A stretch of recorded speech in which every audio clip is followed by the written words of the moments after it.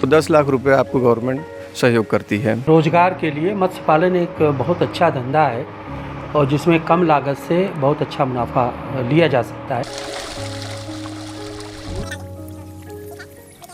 जैसा कि आप देख सक रहे हैं, ये सारे प्लांट्स हैं और काफ़ी दिन आप काफ़ी बड़े हैं।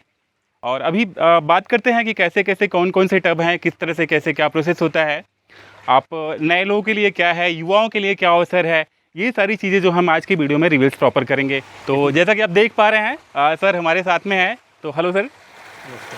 तो जैसा कि ये सारा सेटअप जो है, ये हमारे भाई साहब हैं, इनके द्वारा ही सारा किया गया है। और इस सेटअप को कैसे इन्होंने किया, क्या किया, पेड़ा कहाँ से मिली, ये सारी चीज़ हम जानेंगे इनके साथ में। कि आप एक युवा होकर के और मुंबई जैसे शहर में रोजगार करने के बाद भी आपको गांव में इस तरह के प्लांट डालने की पेड़ा कहाँ से मिली, थोड़ा सा इसके बारे में बताएंगे, क्योंकि हमारे युवा भी इस चीज़ को समझ के हो सकता है कि इसमें थोड़ा इंटरेस्टेड हों। प्रेरणा स्रोत के रूप में डॉक्टर अरविंद मिश्र जी का जो योगदान है वो सराहनीय है। दूसरा, अगर आपके पास संसाधन है, ये दोनों चीज़ों की अवेलेबिलिटी जो मुझे मिली, इन दोनों के साथ ही मैं इस चीज़ को प्लान कर सका कि हाँ, हम इसमें और कुछ बेहतर आगे कर सकते हैं। तो ये मैंने शुरुआत इन्हीं दोनों चीज़ों को ध्यान में रखते हुए आगे चालू किया। जैसे कि अभी आप देख रहे हैं कि ये हमारा जो है ये बायोफ्लॉक टैंक का सेटअप है। इसकी जो क्षमता है 30,000 लीटर पानी होल्डिंग कैपेसिटी है इसमें। जी। ठीक है, आप इस तरीके का स्ट्रक्चर भी बनवा करके आप फार्मिंग कर सकते हैं। लेकिन बिगिनर उसको मैं सलाह दूंगा कि अभी बायोफ्लॉक टैंक सेटअप ना करें, क्योंकि ये जो आप देख रहे हैं ये मेरा 2 साल 3 साल की मेहनत का रिजल्ट है। आज इस स्टेज तक मैं पहुंचा हूं। इसके पहले के मेरे एक्सपीरियंसेस जो हैं वो मुझे यहां तक लेके आए हैं। अगर बिगिनर इस चीज़ को शुरू करते हैं तो उन्हें काफ़ी सारी चीज़ें हैं जिनका ध्यान रखना पड़ेगा कि वाटर पैरामीटर मेरा क्या है, समय समय पर दाना क्या देना है, क्या मेडिसिन मुझे सप्लाई करनी है ताकि फिशेज़ को डिजीज़ नहीं हो, और डिजीज़ होता भी है तो कैसे उस सिचुएशन को ओवरकम करें। ये सारी चीज़ें वो ध्यान देते हैं तो एक बिगिनर भी कर सकता है। लेकिन उन्हें एक अच्छे गाइडेंस की ज़रूरत है, एक ऐसा सलाहकार जो उन्हें टाइमली इन प्रॉब्लम्स को एड्रेस कर सके और रिजॉल्व कैसे करना है, इन चीज़ों पे फोकस कर सके। तो मैं बिगिनर्स को चाहता हूँ कि इस चीज़ को ना करके एक एक्सपीरियंस के लेवल पे, जैसे हमने शुरुआत की, हमारे पास अर्थन पॉन्ड है लगभग 10 बीघे के आसपास, तो आप अर्थन पॉन्ड से शुरुआत करिए। उसमें कैसा होगा कि आपको जो प्रॉब्लम्स आप टैंक में फेस करेंगे as compare to earthen pond ये ज़्यादा होते हैं, और अर्थन पॉन्ड में वो चीज़ें कम हो जाती हैं। आप एक 4 महीने 6 महीने में एक आपको एक्सपीरियंस मिल जाएगा कि आपकी मछलियों की ग्रोथ क्या है, मोर्टेलिटी का क्या है। तो जब आप एक बार पैसे सरप्लस आपको जनरेट होंगे तो आपका कॉन्फिडेंस लेवल बूस्टअप होगा। फिर उस एक्सपीरियंस के ग्राउंड पे आप चाहे तो बायोफ्लॉक टैंक सेटअप कर सकते हैं या फिर अर्थन पॉन्ड में करना चाहें। और एक दूसरा बहुत बड़ा फैक्टर है कि इस टैंक का सेटअप का जो कॉस्ट आता है as compare to earthen pond ज़्यादा है। तो अगर आप इनिशियली कम फंड्स हैं, आपके पास ज़मीन है और आपके पास पैसों की थोड़ी तंगी है, तो आप कम से कम बजट में आप एक अर्थन पॉन्ड, एक तालाब तैयार करके उसमें फार्मिंग कर सकते हैं। कम से कम पैसे में अगर कोई बिज़नेस शुरू किया जा सकता है तो मत्स्य पालन का बिज़नेस है, और बहुत ही अच्छा रिटर्न, कम पैसों में अच्छा रिटर्न। अगर आपको कोई बिज़नेस चाहिए तो यही बिज़नेस है मत्स्य पालन का। आप लगाइए, जितने भी आपके पास पैसे हो उतने ही पैसे से आप शुरुआत कर सकते हैं और एक अच्छा रिटर्न 4 महीने 6 महीने में अर्न कर सकते हैं। क्या सरकार की भी कोई ऐसी अनुदान की प्रक्रिया इसमें है कि लोगों को एक हेल्प के रूप में या प्रोत्साहन राशि के रूप में इसमें मिलती है, तो उसके बारे में दर्शकों को थोड़ा सा शेयर कर दें। जैसे कि समय समय पर गवर्नमेंट है वो कुछ न कुछ स्कीम्स लाती रहती है मत्स्य पालन को प्रोत्साहन करने के लिए, फार्मर्स को सहयोग करने के लिए। तो इसके पहले जो नीली क्रांति वगैरह की तहत भी स्कीम थी जिसमें अनुदान किया जा रहा था। प्रेजेंटली जो है प्रधानमंत्री मत्स्य संपदा योजना जो अभी स्कीम शुरू हुई है, उसमें आप तालाब के निर्माण पे भी आपको सहयोग मिलता है, और आप इस सबसे बड़ी बात तो जो बायोफ्लॉक का कल्चर है इसको रिकॉग्नाइज़ किया है गवर्नमेंट ने, और इस पर भी अनुदान गवर्नमेंट प्रोवाइड कर रही है प्रधानमंत्री मत्स्य संपदा योजना के द्वारा। तो लगभग 40% का अनुदान अलग अलग कैटेगरियों में वो प्रोवाइड करते हैं। तो आप ये मान के चलिए, अगर आपके प्रोजेक्ट का बजट 25 लाख के आसपास है तो 10 लाख रुपए आपको गवर्नमेंट सहयोग करती है। तो मैं चाहूँगा थोड़ा सा आप ना ये मछलियों को थोड़ा चारा डाल के दिखाएं हमको कि मछलियों का क्या प्रोग्रेसिव इसमें है और किस तरह से यहाँ पे है। ये जो फीड आप देख रहे हैं मेरे हाथ में, ये इसको फ्लोटिंग फीड बोलते हैं, पैलेट फीड। ये मछलियाँ जो ऊपर सतह से आकर के खाती हैं, मैं आपको सैंपल दिखाता हूँ किस तरीके से मछलियाँ इसको फीडिंग लेती हैं। तो इसको एक तो स्कैटर करके फेंकना होता है, एक जगह पे नहीं, जितनी दूर में आप फेंक सकें ताकि ईज़िली सारी मछलियों को मिल जाए। आप देख रहे हैं भीड़ देख रहे हैं खाने के लिए।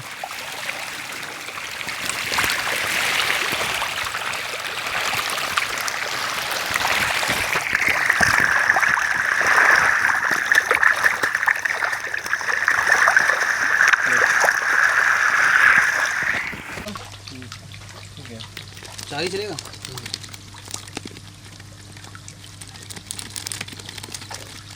हमारा जो आप देख रहे हैं ये सिर्फ छोटा तालाब है, बाकी सब लगभग 1 बीघे 1.25 बीघे के आसपास की साइज़ में है। हमारा एक ये पास में ये 1 बीघे का भी तालाब है जिसमें कल्चर ऑलरेडी चल रहा है। मैं आपको वो भी दिखा देता हूँ फीडिंग कराते हुए किस तरीके से क्या रिस्पॉन्स है मछलियों का। ये तो आइए फिर वो जो बड़ा तालाब है उसमें देखते हैं कि फीडिंग और वहाँ का कल्चर किस तरह से क्या वहाँ पे, फिर वहाँ पे चल के हम बात करते हैं, ठीक है। आइए। तो जैसा कि ये थोड़ा सा डेंजर ब्रिज है मेरे लिए हालांकि, तो कोशिश करता हूँ देख के मैं भी थोड़ा सा ये दाना वगैरह डाल के, तो ठीक है।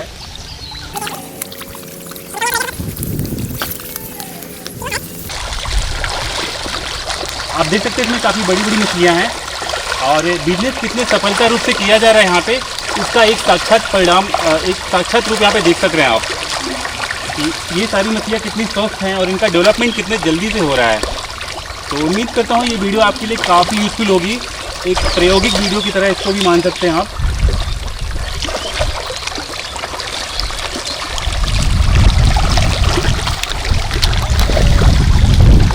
तो जैसा कि ये दूसरा वाला तालाब है जो कि काफ़ी बड़ा है, देख सकते हैं यहाँ पे मछलियाँ काफ़ी बड़ी बड़ी हैं। तो भैया मैं जानना चाहता हूँ कि यहाँ पे कितनी संख्या में मछलियाँ डाली गई हैं, तो थोड़ा सा बताइए आप। ये जो हमारा तालाब है लगभग 1 बीघे के आसपास है और इसमें हमने 6000 प्यासी के बच्चे इसमें अभी हार्वेस्ट करने के लिए सोच रहे हैं। तो हम लोग 6000 बच्चे डाले हैं। आप साइज़ देख सकते हैं, नियर अबाउट ये 350 ग्राम के आसपास की साइज़ है और ये हम सेकंड साइकिल कर रहे हैं। सबसे खास बात आपको जान के ये लगेगी कि हमने ये सेकंड साइकिल किया, जो सेकंड साइकिल में हमारे पास जो बच्चों की साइज़ है 300 से 350 ग्राम है। अब ये सारे बच्चे जो है October last year November first week तक हार्वेस्ट हो जाएंगे हमारे। तो अभी थोड़ा सा हम जानना चाहेंगे सर से कि इस समय ये बिजनेस काफ़ी ग्रोथ में है, कई तरह के लोग मार्केट में आ रहे हैं, कई तरह की बातें आ रही हैं, इन्वेस्टमेंट की काफ़ी चर्चा चल रही हैं, कुछ लोग ऐसे भी घूम रहे हैं जो आपके साथ ठगी कर सकते हैं। तो सर से चाहेंगे कि थोड़ा सा बता दें हमको कि किस तरह से सावधानी क्या क्या होनी चाहिए कि जिससे हमको ठगा ना जा सके। जैसा कि मैं कहना चाहता हूं कि आप ऐसी जो कंपनियां हैं जो आपको चीट कर सकती है, तो आप अपने पैसे किसी के हाथों में नहीं दीजिए। आप खुद फार्मिंग में उतरिए और आपकी सहायता के लिए विभाग, आपके नज़दीकी जो मत्स्य पालन विभाग है वहाँ संपर्क कर सकते हैं। आप ऐसे फार्मर्स से मिल सकते हैं जो ऑलरेडी इस बिज़नेस में 3-4 साल 5 साल 10 साल से उस परंपरागत तकनीक से कर रहे हैं। आप उस चीज़ों को क्रॉस वेरीफाई करिए, फिर ही आप बिज़नेस में उतरिए। ये आपके लिए ज़्यादा फ़ायदेमंद रहेगा और आप धीरे धीरे इसमें आप एक अच्छा पैसा जनरेट कर सकते हैं। आप ब्लाइंडली किसी के ऊपर ट्रस्ट मत करिए। जैसे कि लोग अक्सर बहकावा में कहते हैं कि हम आपको इतना पैसा कमा देंगे, यहाँ इतनी अपॉर्चुनिटी आपके लिए, ढेर सारी चीज़ें बहकाते हैं आपको। मान लीजिए कोई आपको बच्चे भी प्रोवाइड करता है, दाने भी प्रोवाइड करने की बात करता है, तो ऐसे में आप उन तक ना फंसे। मैं चाहूँगा कि मैं आपका नंबर फिर से नीचे शेयर करता हूँ, एड्रेस भी शेयर करता हूँ, जिससे लोग चाहें तो आपसे, क्योंकि आप इसमें काफ़ी दिनों से अनुभवी है, काफ़ी काम भी कर रहे हैं और इसके साथ पढ़े लिखे भी अनुभवी हैं, तो मैं चाहूँगा कि आपसे भी लोग संपर्क कर सकें अगर आपको कोई आपत्ति ना हो तो। नहीं, कोई आपत्ति नहीं है। आप बेझिझक, आपको किसी भी सहायता, आप मछली के बच्चे से लेकर के दाना, मेडिसिन, आपको जो नॉलेज चाहिए मैं तत्पर हूँ, मैं आपको प्रोवाइड करूँगा। और हमारे साथ जैसे कि डॉक्टर अरविंद मिश्र जी हैं, वो कार्यरत थे मत्स्य पालन विभाग में, तो उनका गाइडेंस हमारे साथ है, तो हम एक अच्छा गाइडेंस प्रोवाइड कर सकते हैं। और फार्मर्स को, मेरा उद्देश्य है कि फार्मर्स को मैं शिक्षित करूं। तो जैसा कि आप सभी ने समझा, किसी बिजनेस को सक्सेस रूप से करने के लिए किसी एक ऐसे गुरु की ज़रूरत पड़ती है जो कि प्रॉपर गाइडेंस दे, जिससे कि हमको बिजनेस में आगे चल के लॉस नहीं हो। तो वीडियो में हम चर्चा भी कर चुके हैं, बात भी कर चुके हैं उन्हीं की। तो आज हम उनसे आपको मिलवाते हैं डॉक्टर अरविंद मिश्रा जी, जो कि उत्तर प्रदेश सरकार के द्वारा इस विभाग के डिप्टी डायरेक्टर पद पर रह चुके हैं और आज भी जो है हम लोगों के बीच में अपनी सेवा जो है एक तरह से समाज सेवी के रूप में दे रहे हैं, हमको लगातार इस चीज़ को बता रहे हैं। तो आइए मिलवाते हैं हम सर से। नमस्कार विनय जी, और सभी दर्शकों को भी नमस्कार मेरा। ग्रामीण क्षेत्रों में रोज़गार के लिए मत्स्य पालन एक बहुत अच्छा धंधा है और जिसमें कम लागत से बहुत अच्छा मुनाफा लिया जा सकता है। हमारे बहुत से युवा भाई जो बेरोज़गार हैं, मैं ख़ास तौर पर युवाओं का ही जिक्र कर रहा हूँ कि वे इस धंधे में आकर के घर बैठे, जिसको कहा जाता है ग्रामीण क्षेत्रों में घर बैठे वो अच्छी आय कमा सकते हैं। और जिसका एक सबसे बढ़िया उदाहरण अभी आप लोगों ने देखा है कि फार्मिंगो नाम के एक यूनिट ने, एक वेंचर ने, यहाँ जौनपुर ज़िले के एक गांव है घनश्यामपुर, उसके बगल में एक लखनीपुर गांव है घनश्यामपुर बाज़ार के, वहाँ पर युवाओं ने ख़ास तौर पर उसमें एक रामिल तिवारी जी हैं, उन्होंने ये अपनी इच्छा जताई थी कि हम कुछ करना चाहते हैं मत्स्य पालन के क्षेत्र में। अभी भी ये दुर्भाग्य है कि मत्स्य पालन को जो उच्च जातियों में, ख़ास तौर पर ब्राह्मणों में, उसको हेय दृष्टि से देखा जाता है, उसको लोग करना नहीं चाहते हैं। और इस बंधन को तोड़ने की भी ज़रूरत है, क्योंकि आज युवाओं के लिए सबसे बड़ी समस्या जो है बेरोज़गारी की है, और उनके सामने कोई विकल्प नहीं है कि वो एक अच्छा धंधा करके समाज में इज्जत के साथ, मान और मर्यादा के साथ वो अपने पैरों पर खड़े हो सके। तो मैंने उनको सुझाया कि भाई ठीक है, आप मत्स्य पालन के क्षेत्र में आप आजमाइए अपने भाग्य को। और मुझे खुशी है कि 2 साल के भीतर, जबकि कोरोना जैसी महामारी का इस समय बहुत बड़ा एक भयावह स्थिति हमारे सामने थी, इस बीच में उन्होंने इसको शुरू किया। और आज खुशी की बात है कि वो बहुत तेज़ी से आगे बढ़ रहे हैं। उत्तर प्रदेश शासन ने भी उनको अनुदानित किया है और प्रोत्साहित किया है, ताकि एक उदाहरण वह प्रस्तुत करें और लोगों के सामने मछली पालन के व्यवसाय को अपना करके यह दिखाएं कि बिना हमें जाति बंधनों में रह करके, जाति बंधनों से ऊपर उठ करके और ये पुरानी सोच को बदल करके हम इस व्यवसाय को करके अच्छी तरह से एक सामाजिक स्थिति बना सकते हैं अपनी। तो अभी जो आपने सारे दृश्य देखे वे तैयारियां हैं, जिसमें उन्होंने उसके इंफ्रास्ट्रक्चर, जो उपकरण है, पैराफेरनेलिया है, साज सज्जा है, वे तैयार कर चुके हैं। और प्यासी पालन में तो उन्होंने कीर्तिमान ही स्थापित किया पिछली बार। जैसा कि आप जानते हैं कि प्यासी मछली जो है हमारी भारतीय जो शफर मछलियाँ, मेजर कार्प्स, जिसमें रोहू, कतला और नैन है, और बाहर की सिल्वर कार्प, कॉमन कार्प और ग्रास कार्प, ये मछलियाँ जो हैं इनकी तुलना में करीब 7 या 8 गुना अधिक उत्पादन वो देती है प्यासी। और हाँ, उसमें खाने के ऊपर जो फीड का खर्चा है वो काफ़ी है, लेकिन अगर वो फीड का खर्चा भी जोड़ लिया जाए तब भी उसमें शुद्ध लाभ बहुत अधिक है। तो हमारा यही आह्वान है कि लोग आगे आएँ, मछली पालन के धंधे को अपनाएं। मुख्य रूप से बीज, जिसको कहते हैं सीड और फीड, 2 इसके जो निवेश हैं, इनपुट है, महत्वपूर्ण है।